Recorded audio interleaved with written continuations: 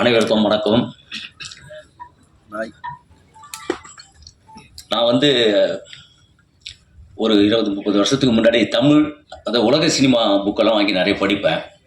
எனக்கு படிக்கிற ஆர்வம்லாம் உண்டு. இந்த இடத்துல குடிக்கிற ஆர்வம் உண்டான்னு கேட்கக்கூடாது, படிக்கிற ஆர்வம் மட்டும்தான் உண்டு. அப்போ வந்து உலக சினிமா கதைகள்லாம் பார்க்கும் போதோ ஆஹா அப்படின்னு சொல்லி நாளை ஒரு 10-15 வருஷம் கழிச்சு நம்ம தமிழ் சினிமாவே வந்து உலக சினிமாவாக ஆக போகுது, அப்படிப்பட்ட படங்கள்லாம் எடுப்பாங்க அப்படின்னு ஒரு கனவோடு இருந்தேன். அந்த கனவுகளை நிறைவேற்றி இன்னைக்கு புரட்சி படங்கள்லாம் கொடுக்குற இயக்குநர்கள்லாம் வந்து அவங்க மத்தியில் நாமளும் வந்திருக்கிறோம் அப்படின்னு நினைக்கும் போது எனக்கு ரொம்ப ரொம்ப சந்தோஷமாக இருக்குது. இந்த சமகாலத்தில் நாமளும் நடிச்சிட்டு இருக்கிறோம் அப்படிங்கிறது. நான் ஜேபிபி ட்ரெயிலர் அப்போ சொன்னேன். நான் இந்த இடத்துக்கு நான் எப்படி வந்தேன் அதே தான். அப்போ என்ன ஆச்சுன்னா வந்து அதுக்கப்புறம் படம் பாருங்கள், ஏன்னா புதுசு, நம்ம வந்து சும்மா ஜாலியாக காமெடி எல்லாரையும் கலாச்சின்னு அப்படி போயிடுவேன். சரி நம்மளும் நடிக்க முடியும் அப்படின்னு சொல்லி தயாரிப்பாளரும் டைரக்டர் சுரேஷ் சாரும் வந்து என்ன நடிக்க வச்சு இன்றைக்கி எங்கே வெளியில் யார் பார்த்தாலும் ஜே பேபி அப்படின்னு ஒரு அடையாளத்தோடு என்னை வந்து பார்க்க வராங்க. நம்ம ஆச்சரியமாக சின்ன பசங்க முதற்கொண்டு எனக்கு ஒரு பெரிய அடையாளமாக அந்த இது இருந்தது.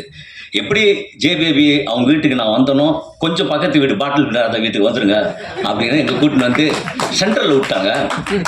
ஆனால் ஒரே விஷயம், அன்னையில் அம்பேத்கர் சொல்கிற மாதிரி தான், நான் யாருக்கும் அடிமை இல்லை, எனக்கு அடிமை யாரும் இல்லை, குடிக்கு அடிமை யாரும் இல்லைன்னு சொல்லிட்டு நீலம் ப்ரொடக்ஷனில் இந்த ஒரு விழிப்புணர்வு சமூகத்துக்கான ஒரு படத்தை வந்து நல்ல தரமான படங்களாக வந்து எடுத்துகிட்டு வராங்க.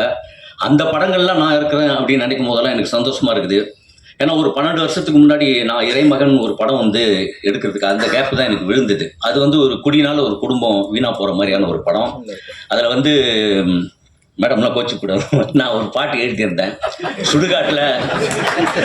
சுடுகாட்டில் வந்து அந்த குடிச்சிட்டு ஒரு இது பண்ணுற நண்பர்களுக்காக ஒரு பாட்டு மாதிரி ஒன்று. அதில் வந்து ஒரு செகண்ட் சரணம் வரும்.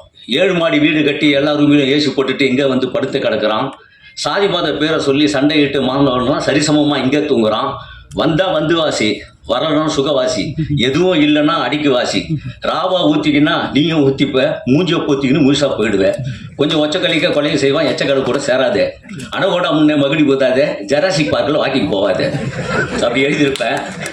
ஆனால் வந்து என்ன விஷயம்னா அப்படி இல்லைனாலும் இப்போ இந்த மாதிரியான படங்கள்லாம் வந்து நடிக்கிறேன் அப்படின்னும் போதோ அதை விட இன்னும் நான் முழுமையான ஒரு வளர்ச்சி பெற்றேன் அப்படின்னு நம்புகிறேன். நிறைய பேர் பேச வேண்டியது இருக்குது. நான் சொன்னேன் முன்னாடி, அவங்களாம் பேசிட்டோம், நான் வேணாம் அப்படின்னேன். அதுக்கப்புறம் 1 நிமிஷம் பேசுனாங்க. சரி, அந்த 1 நிமிஷம் பேசி அதோடு முடிச்சுக்கிறேன். எல்லாருக்கும் நன்றி, வணக்கம்.